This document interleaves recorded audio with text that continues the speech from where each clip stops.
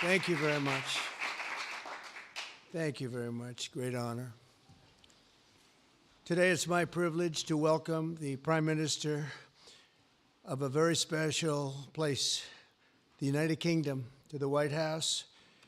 Prime Minister Starmer, you've been terrific in our discussions. You're a very tough negotiator, however. I'm not sure I like that, but that's okay. Very, very special person.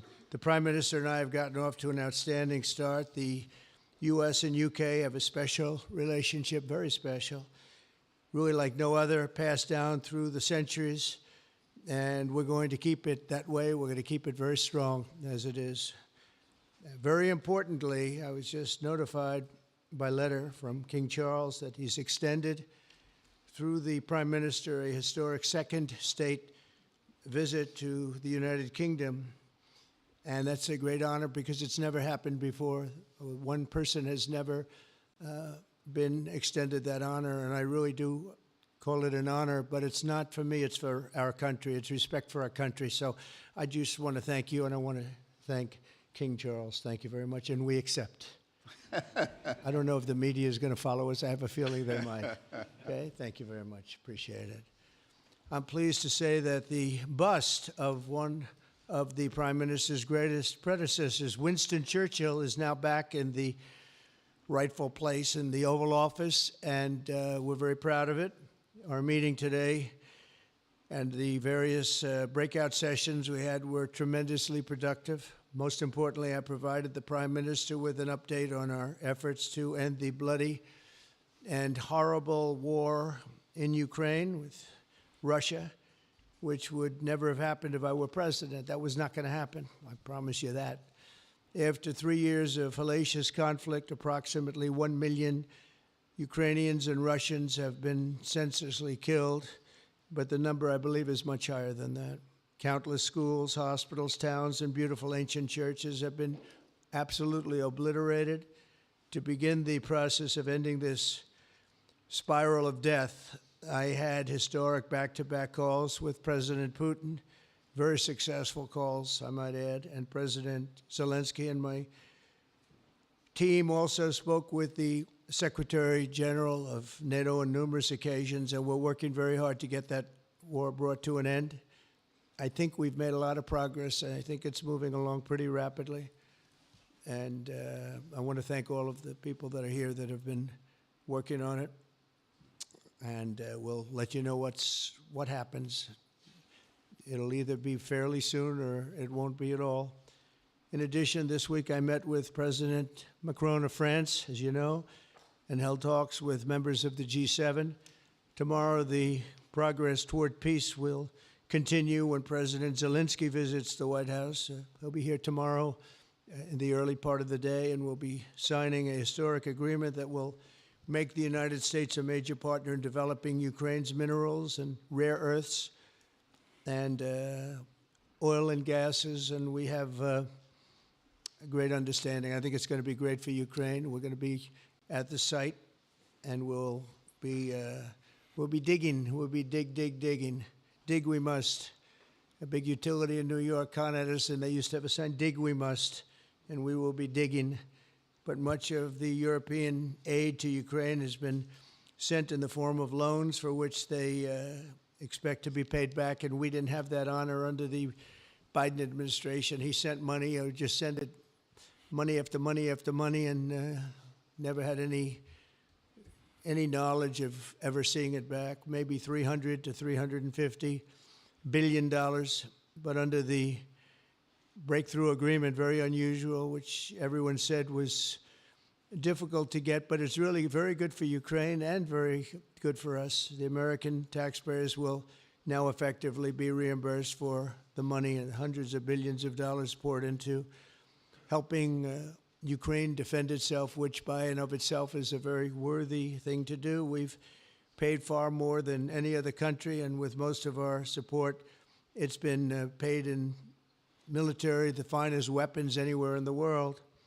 This includes vast amounts of military hardware, ammunition, and various other things that we now have to start rebuilding our own stockpiles. Additionally, the minerals agreement will provide the basis for a more sustainable future relationship between the United States and Ukraine, and thus stimulate the long-term prosperity that will help the Ukrainians rebuild their country. It's been demolished, and the ruined infrastructure. The infrastructure, as you know, is in very bad shape. In just over 1 month, our administration has already achieved more progress toward peace than years in the other administration where they did nothing toward peace. They didn't understand what was happening. Our approach is basically common sense. As I said, so many of the things that we do are based on common sense. If you want peace, you have to talk, both sides. As I discussed with Prime Minister Starmer, the next step we're making is toward a very achievable ceasefire. We hope that that can happen quickly, because thousands of young people, in this case, we're not talking about Americans, we're talking about Ukrainians and Russians are being killed every week, thousands. And it's a rough battlefield. It's a flat piece of land, and the bullet only stops when it hits somebody. And this week, I saw the reports, and it's I don't even want to say what they are, but thousands of people, young, vibrant people died. And we want to stop that. Senseless. Should have never happened. This will lay the groundwork for a long-term peace agreement that will return stability to Eastern Europe and hopefully ensure that such a terrible war will never happen on European soil, or for that matter, anywhere again. It's a horrible thing that's going on. The disaster in Ukraine shows exactly why it's so important for the United Kingdom and other NATO partners to make large investments in their defense capabilities. In many cases, 4% or 5% of GDP would be appropriate. I know that they're raising it. I just read an article, a great article, about the work you're doing in the UK as to the military. You're raising it quite a bit, which is a great thing to do for your country. It's a great thing to do. It's sad that we need that, but probably need that. So congratulations on that. I know you got it through. After years of chronic underfunding, there's an urgent need to catch up for some countries. And I want to thank the Prime Minister once again for traveling here today. Working together, I believe that we'll once again demonstrate the power of our country's unique friendship. This is indeed a unique friendship. It's been many years, and I think it's only gotten stronger, and we will make sure that it stays that way. We're going to have a great trade agreement. One way or the other, we're going to end up with a very good trade agreement for both countries, and we're working on that as we speak. I think we'll have the confines. I think we'll have something maybe even in terms of possibilities agreed to very shortly. JD's working on it, Vice President, and Scott, and I'm just looking at this all from Mike. You're going to work on it. Everyone's going to work on it. We'll see if we can do something pretty quickly, but we're going to make some great trade agreements with the UK and with the Prime Minister, and it'll happen very quickly. So I just want to thank you again, and please thank King Charles for the invite, and I look forward to you giving our acceptance on behalf of the United States of America. Thank you very much, sir.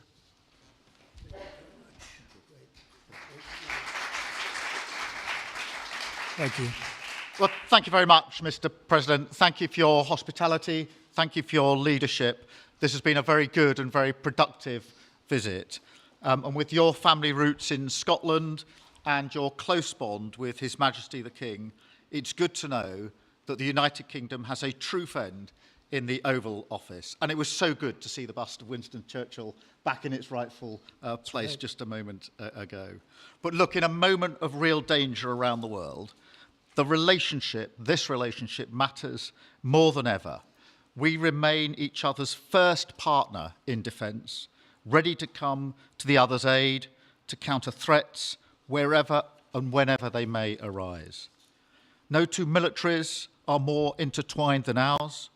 No two countries have done more together to keep people safe. And in a few weeks, we mark VE Day, the 80th anniversary of victory in Europe. Britain and America fought side by side to make that happen. One of the greatest moments in our history. We stand side by side still today, and we're focused now on bringing an enduring end to the barbaric war in Ukraine. Mr. President, I welcome your deep and personal commitment to bring peace and to stop the killing. You've created a moment of tremendous opportunity to reach a historic peace deal, a deal that I think would be celebrated in Ukraine and around the world. That is the prize. But we have to get it right. There's a famous slogan in the United Kingdom from after the Second World War. That is that we have to win the peace. And that's what we must do now. Because it can't be peace that rewards the aggressor or that gives encouragement to regimes like Iran. We agree history must be on the side of the peacemaker, not the invader. So the stakes, they couldn't be higher. And we're determined to work together to deliver a good deal. We've discussed a plan today to reach a peace that is tough and fair, that Ukraine will help shape, that's backed by strength, to stop Putin coming back for more. I'm working closely with other European leaders on this, and I'm clear that the UK is ready to put boots on the ground and planes in the air to support a deal, working together with our allies, because that is the only way that peace will last. Mr. President, in this new era, you're also right that Europe must step up. And let me tell you now, I see the growing threats we face, and so the UK is all in. This year we'll be giving more military aid to Ukraine than ever, and just this week I've set out how we're shouldering more of the security burden. We're already one of the biggest spenders in NATO, and now we're going much further, delivering Britain's biggest sustained increase in defence spending since the Cold War. This isn't just talk, it's action, rebalancing the transatlantic alliance, making us all stronger, and standing up for our shared values and shared security, as Britain always has. And Mr. President, it's no secret we're from different political traditions, but there's a lot that we have in common. We believe it's not taking part that counts. What counts is winning. If you don't win, you don't deliver. And we're determined to deliver for the working people of Britain and America, who want and deserve to see their lives improve. So we're both in a hurry to get things done, and that's what the UK and US do when we work together. We win and we get things done. So we'll do what it takes to keep our people safe. We'll also work together to deliver some big economic wins that can benefit us both. We have a $1.5 trillion invested in each other's economies, creating over 2.5 million jobs across both economies. Our trading relationship is not just strong, it's fair, balanced, and reciprocal. We're leaders together in so many areas, ranked 1 and 2 in the world as investment destinations, 1 and 2 for universities, 1 and 2 for Nobel Prizes, 1 and 2 in golf as well, by the way. And we're the only 2 Western countries with trillion-dollar tech sectors, leaders in AI. And look, we take a similar approach on this issue. Instead of over-regulating these new technologies, we're seizing the opportunities that they offer. So we've decided today to go further, to begin work on a new economic deal with advanced technology at its core. Look, our 2 nations together shaped the great technological innovations of the last century. We have a chance now to do the same for the 21st century.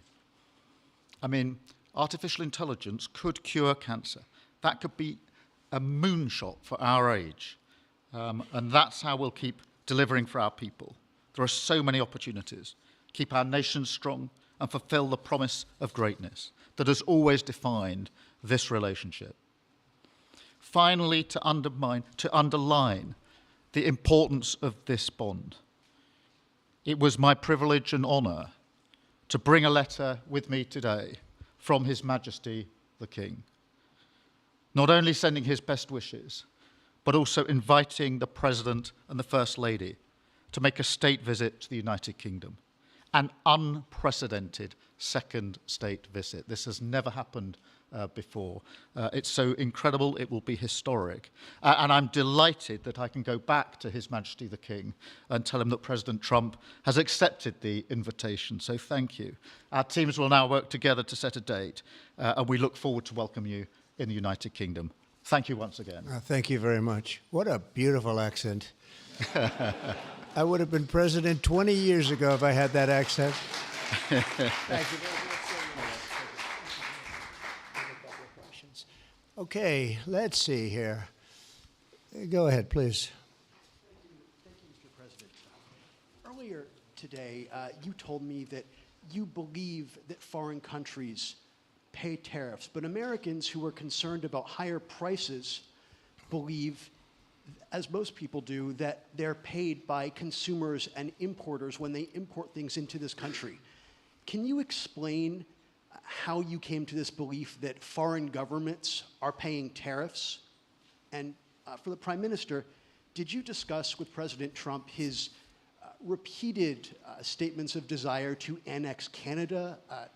And has the King expressed any concern over the President's apparent desire to remove one of his realms from his control? So I'll go ahead. The first part, the tariffs are necessary because we've been treated very unfairly by many, many countries, including our friends, friend and foe. But we've been treated very unfairly in trade at levels that nobody's really ever seen before, and especially under the Biden administration, they really took advantage of the United States. I put massive tariffs on China during my 4 years. We had the best economy in the history of our country. Probably the best economy, maybe the best economy in the history of the world. And I used tariffs to even things up. And in particular with China, we took in hundreds of billions of dollars and we had no inflation. And it's a myth. It's a myth that's put out there by foreign countries that really don't like paying tariffs, and especially to even up. So we've been treated badly by a lot. We're using tariffs. And I find, and you just have to look at the numbers, but I find that it's not about inflation, it's about fairness, and the inflation for us has not existed, and I don't think it's going to exist. We're going to bring our car industry back, we're going to bring our chips back, we're going to bring so many things back to our country, including pharmaceuticals and drugs, and the thing that's going to get us there is tariffs. And I say often, it's my favorite word in the dictionary, but I always preface that by saying now, because I got into a lot of trouble with the fake news where they say that's not good, so I say God, love, family, wife, they're all my favorite words, but tariff is about number 4 or 5 on the list. But I will tell you, it's going to make our country rich, and it's going to stop us from being a laughing stock all over the world, because we have been taken advantage of like no country has ever been taken advantage of. Thank you very much. And look, we had a really good discussion, a productive discussion, a good discussion, as a result of which our teams are now going to be working together on an economic deal. Our teams are going to be working together on security in Ukraine. You mentioned Canada. I think you're trying to find a divide between us that doesn't exist. We're the closest of nations, and we had very good discussions today, but we didn't discuss Canada. Thank you. Please. Go ahead. Go ahead. Yes. Thank you. Hi, Natasha Clark from LBC. Mr. President, you've said you're working on a new trade deal with Britain, which we of course welcome. President Obama once said Britain was at the back of the queue for that trade deal. Where are we now? When do you think we're going to see that? And Prime Minister, the BBC has today admitted serious flaws over the recent Gaza coverage, suggestions of payments made to people linked to Hamas. Does the BBC still have your trust? Thank you. Well, they didn't do well with President Obama. He'd never got a lot of things done, and he didn't get a trade deal done that was of any importance or magnitude. We've had great discussions on trade, and I think we're going to have a deal done rather quickly as it can be done. We're going to have something, I think, rather quickly. We expect to do that. Okay? Please. On the BBC, look, I've been concerned about the programme in question. The Secretary of State had a meeting with the BBC. I think it was yesterday, it could have been the day before. Thank you. Jeff, go ahead. Thank you, sir. Pardon me. Mr. President, do you support Article 5 of the NATO treaty? And are you concerned that it might be triggered if European peacekeeping forces end up in Ukraine? I support it. I don't think we're going to have any reason for it. I think we're going to have a very successful peace, and I think it's going to be a long-lasting peace. And I think it's going to happen hopefully quickly. If it doesn't happen quickly, it may not happen at all. And we want it for two reasons. Number one, I want to see on a humane basis, I want to see soldiers stop getting shot, because largely it's soldiers now. Towns have been obliterated, but it's largely that. And I don't want to pay billions and billions and billions of dollars, nor does the Prime Minister or anybody else, on a senseless war that should have never happened. And we're going to get it taken care of. But I think it's going to be a peace that's going to be long-lasting. Do you have a question for the Prime Minister? Thank you. Mr. Prime Minister, you were asking the President today about a backstop for Europe if the peacekeeping force ends up in Ukraine. Did you feel like you got a satisfying answer for yourself and for Europe? And Mr. President, if you want to comment on that as well, please do. I felt we had a very productive discussion. Obviously, as the President says, the deal has to come first. But yes, our teams are going to be talking about how we make sure that deal sticks, is lasting and enforced. So our teams will be talking about that. Okay. Please, Blue. Mr. President, some experts think it could take more than a decade to mine the precious minerals from Ukraine. How much should the U.S. expect to receive, and when do you expect to see that come to fruition? Well, we're never going to know that answer, but by our being in Ukraine and doing the exploration and also the digging and taking the rare earth, which we need in our country very badly, we'll be doing a substantial amount of work, probably about at least what we have in there, and we hope to be able to do that. You never know when it comes to that. You know, you dig and maybe things aren't there like you think they're there, but we'll be spending a lot of time there. It'll be great for Ukraine. It's like a huge economic development project, so it'll be good for both countries, okay? Please. Prime Minister, excuse me, Prime Minister, you've talked about putting British soldiers' boots on the ground in Ukraine in the event that President Trump succeeds with his peace deal. But can you do that without a firm assurance that America will have our back in the form of some kind of security guarantee were Putin to breach that agreement? And Mr. President, tomorrow you're seeing President Zelensky to sign this deal on minerals and energy that could be hugely important to the United States. Will you take the opportunity to apologize to him for calling him a dictator while praising Vladimir Putin, who is a dictator? Well, Robert, let me start by saying I've been really clear today and previously that I think that European countries, including the United Kingdom, need to step up in our own defence and security. We've been doing that in recent days. You saw the announcement we made on spending just the other day. In addition to that, I've made it clear that the United Kingdom will play its full part in ensuring that if there's a deal, and we hope there is a deal in Ukraine, that is a lasting deal that sticks. And we're obviously working with other European countries on that, France and NATO in particular. But I think I'm hosting 18 countries on Sunday to further our discussions. You heard from the President this morning that, you know, as historically has always been the case, we have each other's backs. And today we've been talking about the deal, how that will be a lasting deal. And coming out of this, our teams will now be talking in detail about that.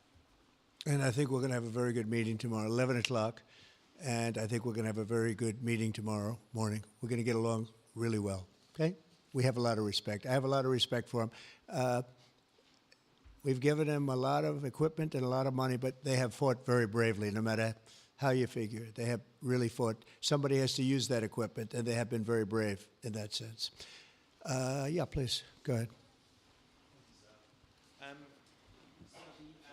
ceasefire deal is nearing an end this Saturday, and there's been some worry that phase 2 might never get there. Do you believe that phase 2 of the ceasefire in Gaza will come to fruition? And have you spoken to Netanyahu about it? And for the Prime Minister, this peacekeeping deal has been pushed forward by the UK and France as well. Have you been in discussions with any other European countries to join this initiative? And are you expecting Commonwealth countries to also join the effort? Thank you. So we're working very hard in the Middle East and Gaza and all of the problems, and it's been going on for years and years and centuries and centuries. It's a tough neighborhood, but it could be a very beautiful neighborhood, and I think we're going to come up with some pretty good solutions. But phase 1 is almost complete. We've had some people that have been very seriously injured, very seriously hurt, both physically and mentally. They've come out of there in some of them in very, very bad shape. It's shocking. Many young people aren't in bad shape. Young people are strong, healthy. They don't die. People have come out dead, young people and old people. It's a rough situation, but I think we're going to make it much better, and I think that we've had a huge impact on that since we've been in just the 4 weeks. I think we've had a huge impact on Gaza, the Middle East, and we have some pretty good talks going on concerning lots of other people that are going to make it better. So we'll see what happens. Nobody really knows, but we'll see what happens. But I think we've had a very positive impact. Prime Minister? Yeah, on the question of the European countries, yes, I've spoken to a number of countries, particularly in the last few weeks. We had a meeting in Paris last week. I've got a meeting on Sunday with 18 countries to further our discussions. Obviously, we've been talking quite intensely to our French colleagues and to NATO, but to other countries as well, because, as I say, I think it's important for European countries, including the United Kingdom, to step up and do more in the defence and security of Europe and our continent and the United Kingdom, and we'll do so. Well, we're talking to a number of other countries. Thank you. Yes, in the red, please. Pink red, flaming red. Is it me or her? Go ahead. Okay, thank you, Mr. President. A question on Ukraine. Number one is, if you're not considering the security guarantees, are you open to other forms of, for example, intelligence cooperation with Ukraine? And Mr. Prime Minister, President Trump has proposed a plan for Gaza. Does this fit into the two-state solution that the UK held for a long time? Do you see it fit into your general Middle Eastern strategy? Thank you so much.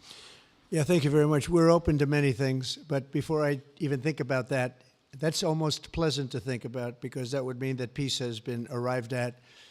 We have to arrive at that peace. And, you know, you went 3.5 years with an administration that never even really had a meeting. They didn't have a meeting on peace. And there was no prospect of peace. I think, frankly, Russia wanted to go through the whole long deal. I don't think they do anymore. I don't think they do. We had a very big impact on that whole situation. But I don't like talking about phase 2 until I get phase 1. Phase 1 is I have to make peace. And we have to get Russia to agree. We have to get Ukraine to agree. And I think we will, I think we've come a long way. I believe we're going to get it done. I wouldn't say that if I didn't think so. And I think it will be very important, very historic, and we're going to save a lot of lives. On the question of Gaza, the last few weeks of the ceasefire have been very impactful. And for me, there are 2 images that I remember more than any other. The first is Emily Damari, who is British, being reunited with her mother. You may remember she had her fingers missing after what she endured. That was an incredible moment. I'd spent a lot of time with her mother whilst she was held captive, and her mother went through absolute torture. The other image was thousands of Palestinians marching through rubble, trying to return to their communities and their homes. So we have to do everything we can to ensure that the ceasefire continues, so that more hostages can be returned, so that aid can be brought in that's desperately needed. We need to allow Palestinians to return and to rebuild their lives, and we must all support them in doing that. And yes, I believe that the two-state solution is ultimately the only way for a lasting peace in the region. And think of that, she came home with her fingers and part of her hand blown off. That's terrible. How bad does it get? And we had others that came home in much worse shape than that. Yeah. It's a terrible situation. Please, yes. Thank you. Mr. President, did our Prime Minister persuade you not to put tariffs on the UK? And if I may, Prime Minister, do you think that Vladimir Putin is a man who will keep his word? Thanks. He tried. He was working hard, I'll tell you that. He earned whatever the hell they pay him over there. But he tried. I think there's a very good chance that in the case of these two great friendly countries, I think we could very well end up with a real trade deal where the tariffs wouldn't be necessary.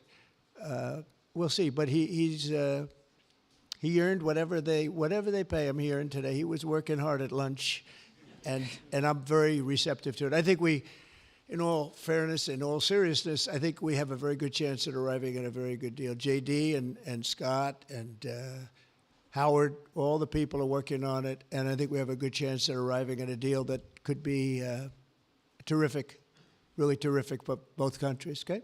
Thank you. On the second part of the question, I think my views on Putin are pretty well rehearsed and pretty well known.